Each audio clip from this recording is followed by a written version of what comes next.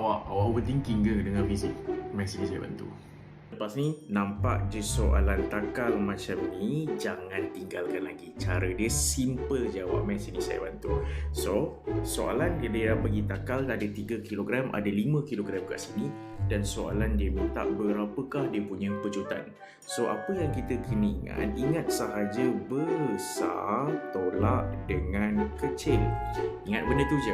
So, tengok apa yang besar tolak kecilnya. Besar tolak kecilnya adalah this one. Cari dulu dia punya berat. Untuk kedua-dua beban dekat sini, nak cari berat, W sama dengan mg, iaitu 3 darab 9.81, awak dapat 29.43 Newton. Dan untuk 5 kg masih lagi sama, 5 darab 9.81, so 49.05 Newton tu berat dia. So daripada sini awak ada dua berat. So ingat, yang besar tolak dengan kecil. So yang besar tolak dengan kecil. So nak masukkan dekat mana? Nak cari pecutan dan ada daya dalam ni, confirm kita gunakan formula F sama dengan MA.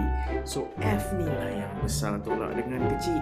So 49.05 tolak 29.43. Jisim dekat sini awak campur je dua-dua, iaitu 3 tambah dengan 5 darabkan dengan pecutan. Direct calculator, 49.05 tolak 29.43 sama dengan 8x. So soft, so awak akan dapat jawapan dia. Tak dapat 29.25 ms negatif 2. So jawapan dia adalah bola. Apa-apa pun gila overthinking.